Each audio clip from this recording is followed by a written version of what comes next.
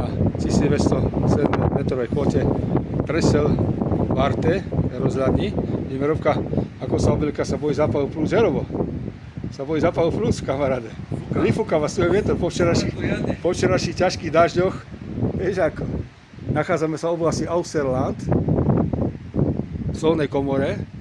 Doveda sme boli v solnej bani. Na prehľadke, kde Nemci na miliardy dolárov mali obrazová zlatá schovať. Chceli to po vojne vyhodiť. Zabranili domáci baníci v tom. Odporúčam pozrieť film Altavce. Tuto vidíme dole naše jazero Altavce, ktorou sme včera išli. Je to tzv. Modrý kalamár. Dookola dlhé. A tam máme pred nami. To je celý kopec osoli. Tam ťažia kamennú sol, púšťajú na to vodu z potoka a vyrábajú tzv. Solanku, 30% koncentráciu soli. A 40 km potrubím ťahajú do EPZ. Do fabriky, aj to je, to musím pomaličky konciť. Toto je dole mestečko Bad Ausse, tam pôjdeme budúci rok tiež, toto mestečko. Toto je národný vrch. Mestečka a na druhej strane sa nachádza jeho Grubnúze. Tu je najväčší výskyt hmají narcisov po týchto lúkach. Je to tá doprava na tomto jazere. Tu sa volí kráľovná narcisov. Narcis je König. Vzhľadom za to Gebirge, to sú mŕtve hore pod Tislotes Gebirge. Kde sme boli pred nám roky, tam je Tauplitz Alm. Najvyššia pohorená náhorná planina v Európe obývaná. Pred nami je Großes Drago, tam sme boli na výstupe tiež. A toto je stena stien, táto, to je Trisenwand. Tu pôjdeme v sobotu, ale musí trošku kameň usunúť. Táto stena padá kolmo 1000 metrov do toho modrého jazera Altavce. Toto Grubnúze, to je zase kontrast, to je zelené jazero.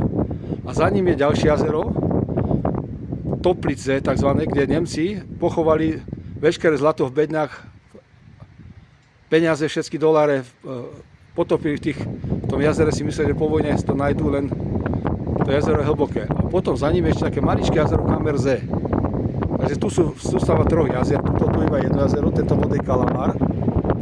Vidíme, a toto je náš vrch, ktorý pôjdeme zajtra. Tuto hrebeňovku celú, aj na toho trpaslíka tam vzadu. To je Braunenzinken a toto je Lozer. Tam ide cesta smrti hore. To 29% stúpanie pre aut. Tak toto máme zajtra. A dole dedinka Altauze. Včera pršalo, tak sme mali iba prehľadku okolo toho jazierka. Takže toto je stena stien, tu máme na sobotu. Veľmi ťažká, ale urobíme. A takáto idylka toho Auserland. To je zem soli toto. Dneska hlasili veterno ináč, takže to také. Výstup nám tu trval od jazera 80 minút, 40, Žerovko, dobre, 40 minút sme skrátili.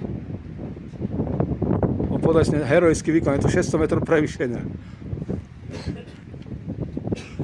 A tuto budem bývať budúci rok, tuto v tomto kúpeľnom mestečku. Bad Ausse. Budem tam hore není kde chodiť moc a tu je to predsa také kultúrnejšie trošku. Takže ideme pomaličky, ideme dole. A tam už je, ešte za týmto sedlom, to je pas Tur, to je sedlo smrti, je tam cesta smrti do Bad Ischl a do Hallstattu. A vzadu leje už je Hallstatt. Ešte raz na to modrého kalamára, to naše Altavce. Chodí tu lodná doprava tuto.